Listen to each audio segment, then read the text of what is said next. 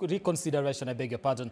Now speaking during the swearing-in of new cabinet secretaries and principal secretaries at State House Nairobi, the head of state said the bill fails to meet Kenyans' expectation in the war against draft. Now Ruto said he would veto any version of the bill that failed to set a high standard for accountability, integrity and anti-corruption measures. We break down the bill and its contentious issues tonight.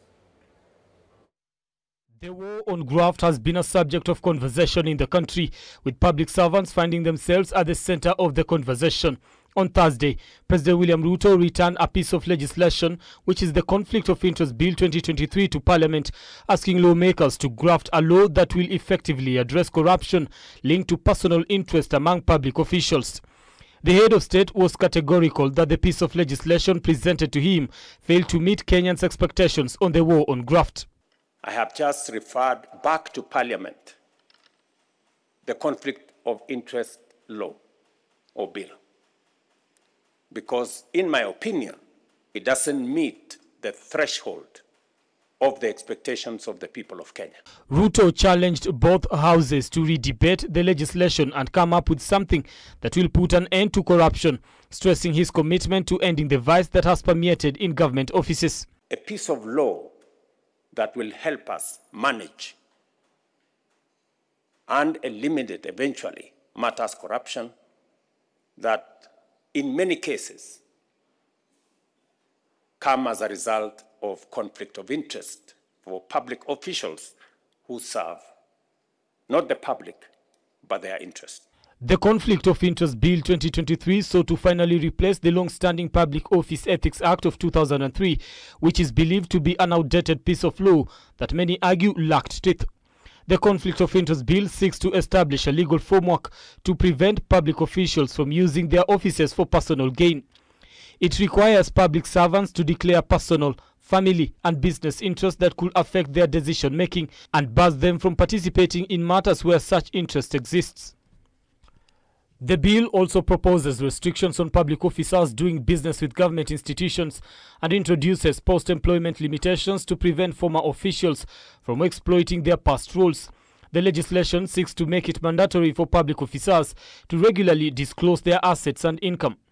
MPs will now require a two-thirds majority to overturn the president's veto on the bill, which aims to bar public officers from engaging in activities that clash with their official responsibilities.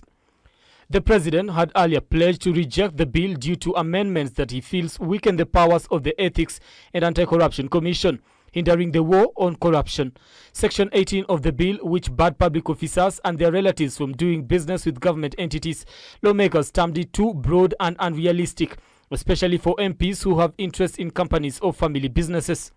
Parliamentary changes to the bill had granted cabinet secretaries, principal secretaries, governors, MPs and heads of state corporations leeway to do business with public entities.